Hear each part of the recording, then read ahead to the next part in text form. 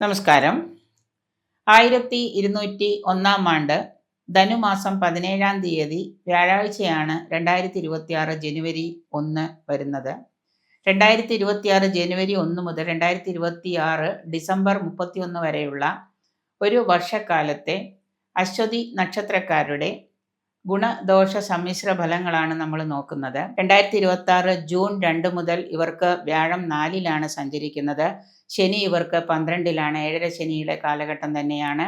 രാഹു നിങ്ങൾക്ക് 11-ലും കേതു 5-ലും ആകയാൽ പുതിയതായിട്ട് വ്യാപാര വ്യവസായങ്ങളൊക്കെ തുടങ്ങാൻ ആഗ്രഹിക്കുന്നവർക്ക് അതിന് ആരംഭം കുറിക്കുകയും അതുമൂലം ധാരാളം ധനനഷ്ടങ്ങളൊക്കെ വന്നുപെടാം. എങ്കിലും നിങ്ങളുടെ ആഗ്രഹം പോലെ തന്നെ നിങ്ങൾക്ക് പുതിയ സംരംഭങ്ങളൊക്കെ തുടങ്ങാനായിട്ട് അവസരം ലഭിക്കുകയും ആരോഗ്യപരമായിട്ട് പല അരിഷ്ടതകളും നിങ്ങൾക്ക് അനുഭവയോഗ്യമാകുന്നുണ്ട്.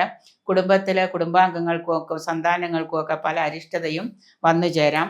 തീർത്ഥയാത്രയൊക്കെ ആഗ്രഹിക്കുന്നവർക്ക്, ഇതുവരെയായിട്ട് വല്ല ക്ഷേത്രങ്ങളിലൊക്കെ പോകാനൊക്കെ ആയിട്ട് ആഗ്രഹിക്കുന്നവർക്ക്, തീർത്ഥയാത്രയൊക്കെ ആഗ്രഹിക്കുന്നവർക്ക് അത് സാധ്യമാകുന്നതാണ്. പല വർഷങ്ങളായിട്ട് ഇപ്പോൾ ഇതിനു മുമ്പ് 2024, 25 വർഷങ്ങളിലൊക്കെ നിങ്ങൾ ആഗ്രഹിച്ചിരുന്ന പല കാര്യങ്ങളും നിങ്ങൾക്ക് നടപ്പിലാക്കാനൊക്കെ ആയിട്ട് സാധിക്കുന്നതാണ്. ഉദാഹരണമായിട്ട് വസ്തുവോ വീടോ വാഹനമോ ഒക്കെ വാങ്ങണമെന്ന് ആഗ്രഹിച്ചിട്ട് സാധിക്കാതിരുന്നവർക്ക് അത് സാധ്യമാകുന്നതാണ്.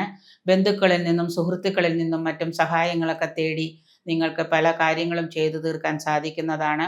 സർക്കാർ ഉദ്യോഗസ്ഥർക്ക് അധികാരികളിൽ നിന്ന് അംഗീകാരം ഉണ്ടാകുന്നതാണ്. ഉദരരോഗം അതുപോലെ തന്നെ നേത്രരോഗങ്ങളൊക്കെ നിങ്ങളെ ബുദ്ധിമുട്ടിക്കുന്നതാണ്. പൈതൃക സ്വത്ത് ലഭിക്കാനും അതുമൂലം നിങ്ങൾക്ക് സാമ്പത്തികമായിട്ടുള്ള ലാഭം, പൈതൃക സ്വത്തുക്കൾ വിൽക്കുകയോ മറ്റു കാര്യത്തിലുള്ള അതിൽ നിന്ന് നിങ്ങൾക്ക് ധനലാഭമൊക്കെ വന്നു ചേരുന്നതാണ്. യുവജനങ്ങളുടെ വിവാഹ കാര്യത്തിൽ, അശ്വതി നക്ഷത്രക്കാരായിട്ടുള്ള യുവജനങ്ങളുടെ വിവാഹ കാര്യത്തിൽ തീരുമാനമാകുന്നതാണ്. ഏതാണ്ട് 28-30 വയസ്സൊക്കെ ആയിട്ടിരിക്കുന്ന യുവജനങ്ങൾക്ക് ഗോചരവശാൽ നിങ്ങളുടെ വിവാഹമൊക്കെ നടക്കുന്ന ഒരു കാലഘട്ടം തന്നെയാണ്. വരുമാനം വർദ്ധിക്കും തോറും ചിലവുകൾ അധികരിക്കുന്നതിനാൽ വർഷ അവസാനമാകുമ്പോൾ നിങ്ങൾക്ക് സാമ്പത്തിക വ്യയം ധാരാളം വന്നു ചേരാം. അതുകൊണ്ട് ധന ദുർവ്യയം നിങ്ങളൊന്ന് നിയന്ത്രിക്കുന്നതും അതിൽ ജാഗ്രത പാലിക്കുന്നതും നന്നായിരിക്കും.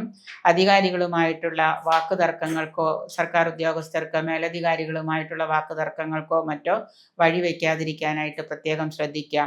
സ്ഥാനഭ്രംശം വരാനുള്ള കാരണങ്ങളൊക്കെ ഉണ്ട്. അതുകൊണ്ട് തൊഴിൽ ചെയ്യുന്നവർ പെട്ടെന്ന് ഇടിപിടിയുന്ന ജോലി ഉപേക്ഷിക്കാതിരിക്കാൻ ശ്രദ്ധിക്കുക. കാരണം ചെയ്യുന്ന ജോലിയിൽ മേലധികാരികളിൽ നിന്ന് ബുദ്ധിമുട്ട് വരുമ്പോൾ ഈ ജോലി ഉപേക്ഷിച്ച് വേറെ നല്ലത് കിട്ടുമെന്ന് വിചാരിച്ച്, പ്രത്യേകിച്ച് പ്രവാസികളായിട്ടുള്ള ആളുകളൊക്കെ അത് ഉപേക്ഷിച്ച് വേറെ ഒന്നിലേക്ക് ശ്രദ്ധ തിരിക്കുമ്പോൾ ഉള്ള ജോലി പോവുകയും ചെയ്യും, പുതിയത് പെട്ടെന്ന് കിട്ടാനും ബുദ്ധിമുട്ടുണ്ടാകാം. അതുകൊണ്ട് തന്നെ നിങ്ങളുടെ ഒരു സ്ഥാനഭ്രംശം ഉള്ളതുകൊണ്ട് വളരെ ശ്രദ്ധയോടുകൂടി ചെയ്യുന്ന തൊഴിലിൽ പിടിച്ചു നിൽക്കാനായിട്ട് പ്രത്യേകം ശ്രദ്ധിക്കാം.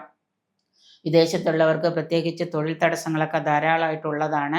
ഗുണഫലങ്ങൾക്കായിട്ട് നിങ്ങൾ കൂടുതൽ ഈ ഒരു വർഷം, ഈ 12 മാസക്കാലം നിങ്ങൾക്ക് ഗുണഫലങ്ങൾ കൂടുതലായിട്ട് കിട്ടാനായിട്ട് നിങ്ങളുടെ പരദേവത, കുലദേവത ഏതാണെന്ന് കണ്ടെത്തി അതിന് പിടിപ്പണം, എണ്ണവിളക്ക്, അതുപോലെ തന്നെ നിങ്ങളുടെ നിത്യപൂജയുള്ള കുലദേവതയൊക്കെ ആണെങ്കിൽ അവർക്ക് വഴിപാടുകളൊക്കെ ചെയ്യാൻ നോക്കാം.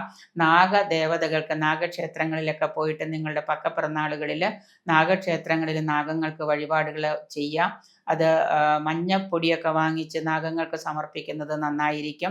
ഇനി കുലദേവതയെ അറിയാത്തവരാണെന്നുണ്ടെങ്കിൽ പിടിപ്പണം, ഒരു പിടിപ്പണം എടുത്തിട്ട് മഞ്ഞപ്പൊട്ടിൽ പൊതിഞ്ഞ് ഗുരുവായൂരപ്പൻ്റെ നടയ്ക്കൽ സമർപ്പിക്കുന്നതും, അതുപോലെ തന്നെ വെള്ളി മീൻ അല്ലെങ്കിൽ വെള്ളി ആന ഇങ്ങനെയുള്ള രൂപങ്ങളൊക്കെ ഉണ്ടാക്കി ഭഗവാനെ സമർപ്പിക്കുന്നതുമൊക്കെ നിങ്ങൾക്ക് നിങ്ങളുടെ ദോഷങ്ങൾ മാറുന്നതിന് ഏറ്റവും ഉത്തമമാണ്.